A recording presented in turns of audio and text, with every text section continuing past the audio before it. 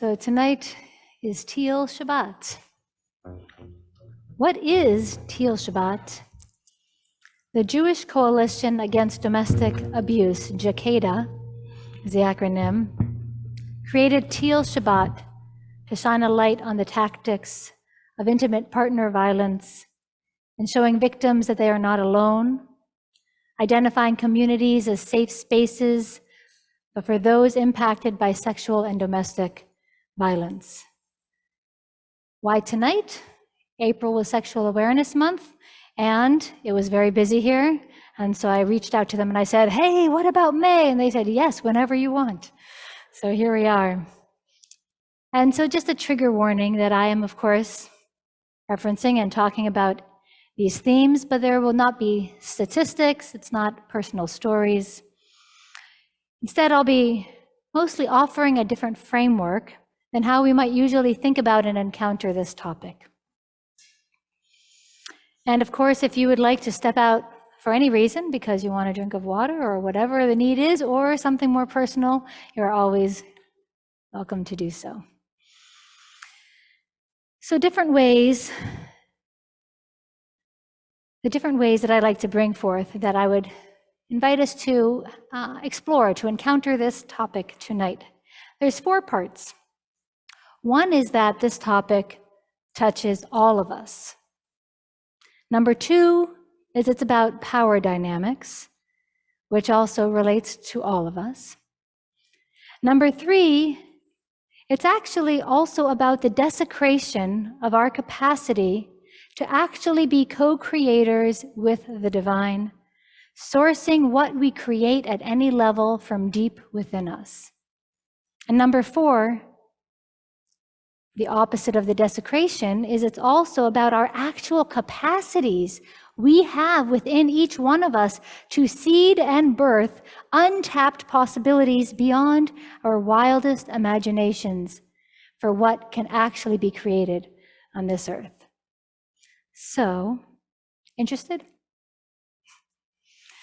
In just 10 minutes or less. No. So I'll get started with setting the stage about this, and I'll see as with my notes and I speak how the timing flows. And what we talk about right now, as I mentioned, there will also be oneg discussion. There'll be oneg time during the oneg for those of us who would like to talk about this more. So number 1, it's for all of us.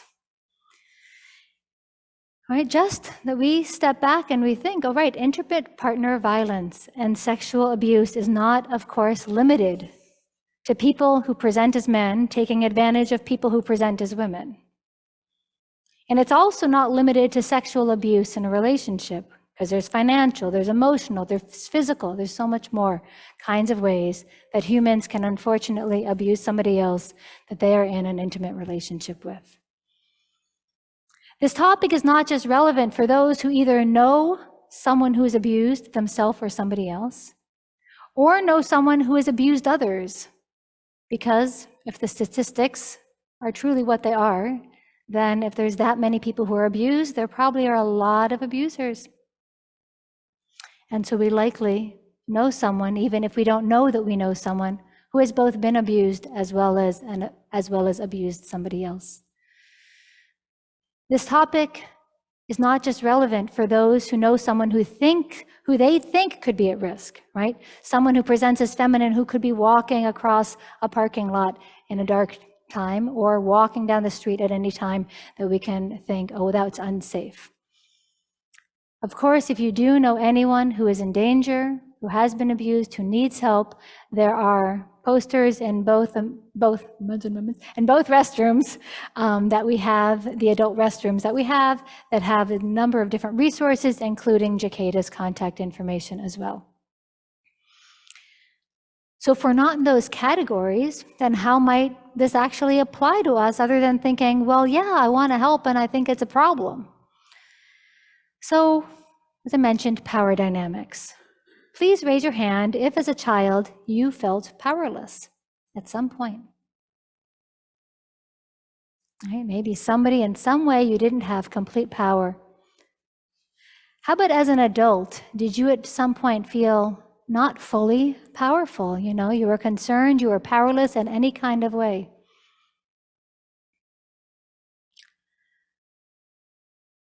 Please raise your hand if you have ever felt a strong emotion that carried a negative sense with it, and it may have been really overpowering you. Right? So, right? Maybe it comes through physically. We were spanked, we spanked, right? We held someone a little too tightly by the wrist. We used a voice tone that was in some way overbearing and unkind. It's the human impulse. We're not bad for these impulses. And we must separate out the impulse from the trigger and the potential follow-through, so we can stop watering the seeds of harm and work to develop more healing strategies for ourselves and for others. Of course, if you struggle with any of these, please reach out to Rabbi Josh or myself, or find somebody that you can reach out to, please. And again, it can be at a small scale. It can be, I'm just uncomfortable with having this feeling. It doesn't have to be I ever got close to really hurting anybody or anything. If you feel uncomfortable with an emotion that's powerful like that, and Rabbi Josh and I are not perfect people, so just naming, you don't have to be perfect to be able to understand and also to have resources. So we're going to take the caveat that, we're going to take the impulse that we all know in our bodies and in our lives, and we're going to do a little math. The caveat being that this math is about human beings and their choices, so it's not really 1 + 1 = 2, right? There are many different possibilities, but of course, when you have people who have been deeply hurt themselves, physically, sexually, emotionally, they've been abused, devalued, and they have the opportunity to have someone else see them by causing them similar pain, because it's a documented, source of some reasons that people continue abuse, that they have been abused, and that's their only way to be seen and to know, have their own pain be seen, is to be causing it to someone else. So if you take someone who's had difficult times in some way, and who might have an opportunity to get back directly or indirectly at individuals or systems that have oppressed them, and to use whatever pawns that is not a personal situation, but somebody who is there, who is more vulnerable. And you take people who have physical power when that kind of energy is raging. Perhaps it's at wartime. Already that energy and the power and the fear and the potential is going strong. It's not surprising that when the men, and the soldiers take over the village, that the women are raped. The story of Yael and Sisera in our Tanakh even. Her husband has actually been killed at the hands, and not her husband, her son, Sisera has actually been killed at the hands of Yael. But the mom doesn't know that, and she says, "What's taking you so long? Perhaps you're already getting the spoils. Perhaps you and your men each have 1 to 2 wombs that you are taking." Right? Back to the Tanakh. This is a traditional way to take advantage, to get spoils. When you add on people who don't have access to resources to adequately support their own healing, whether because the accesses, they don't know the resources exist, how to access the resources, or they have internal resistance to accessing and searching for resources. Or you take people who are trapped by hate, a perfect mask for so many unseen hurts, and let that hate present as hate of those of different genders or sexual preferences, through misogyny, homophobia, transphobia. In all these situations, we can see that the easy choices is unfortunately a capacity to overpower another person. And so we can take a moment to just breathe into the pain that so many feel, into the frustration, into the trapped feelings, when we sometimes feel so powerless that our power overtakes us, overtakes others, lashing out or feeling that capacity. So what can we do? In those situations, we can start one at the very local level with our own selves, our own personal practices, our own habits around power over, as well as where we make ourselves powerless, where we withdraw. And here at Oseh Shalom, Tikkun Olam, healing of the world. Right? What is our role towards making more justice in this world? The RDEI and social justice aspects, arms of this congregation are very strong. So there's many ways that we are trying also at Oseh to act and create a world of more wholeness and justice at broader levels. Points 3 and 4. Desecration of our capacity to be actual co-creators with the divine, together with our actual capacities to seed and birth those untapped possibilities beyond our wildest imagination. Sexual abuse has to do with sexuality, of course. And in our over-sexualized, very repressed culture, sexually repressed culture, we can see sex and scenes of sex and sexy looking, right? And all sorts of things that connect to sex all around us. And yet, we don't talk about sex in ways other than kind of more clinical, approved ways. Might you get breast cancer? Women, make sure you do a breast exam. Do you know when you start menstruating, this is how you deal with menstruation so that you can smell like the spring. This is how you avoid getting pregnant. And this is how you avoid STDs. Anyone have similar kind of sexual education? Yeah, maybe it's more vulnerable, right? Oh, I don't feel comfortable raising my hand at Rabbi Dari. We're talking about sex, and that's saying something vulnerable because we live in a time where it's uncomfortable to talk about these things publicly.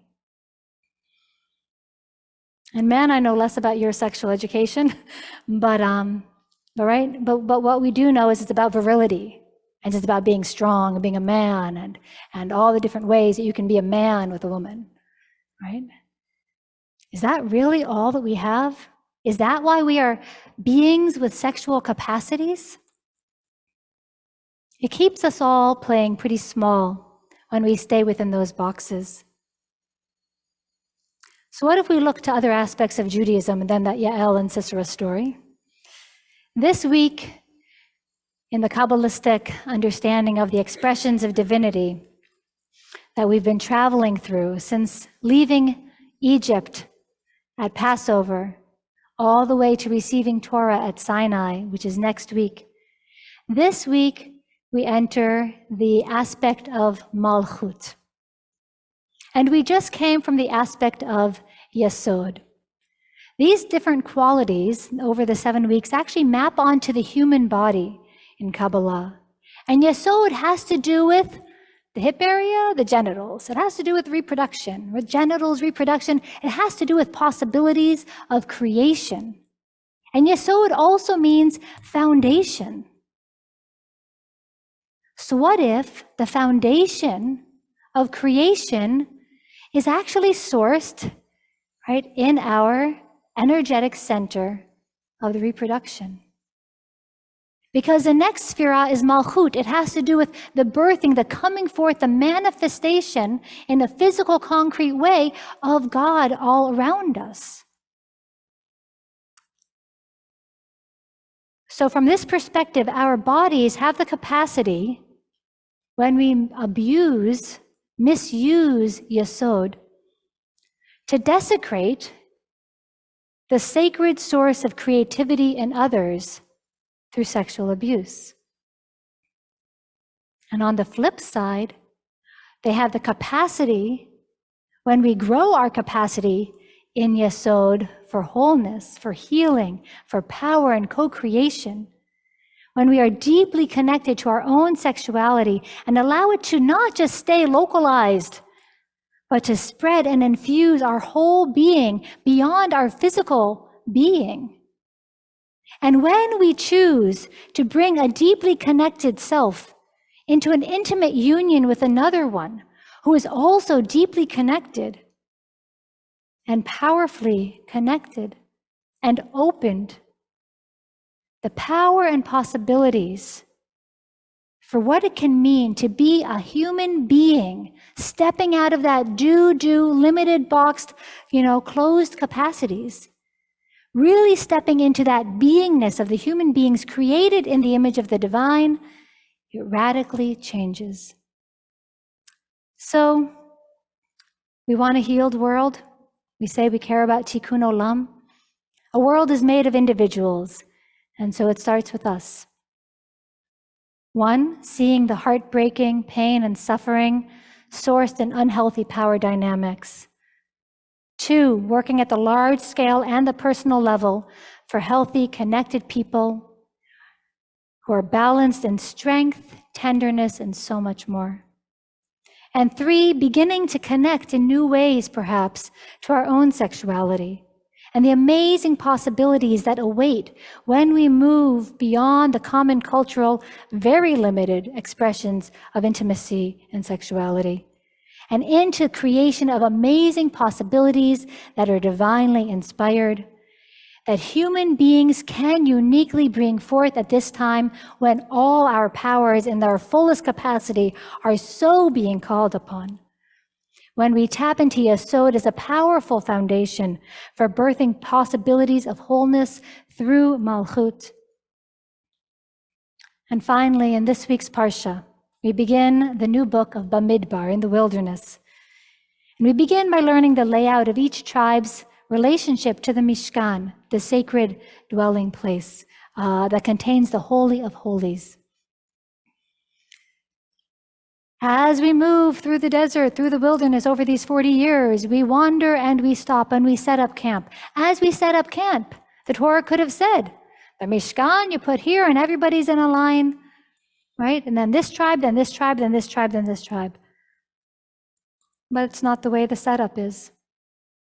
The Mishkan is in the center of all the tribes. They each have their particular place around the Mishkan, reminding us that holiness resides amongst us, and when we gather in the fullness of our community, we hold what's sacred in the center so we can each access it. In the center, in the center, in the center. Shabbat Shalom. Shabbat Shalom. Again, join me during the Oneg if you'd like to talk about what came up for you.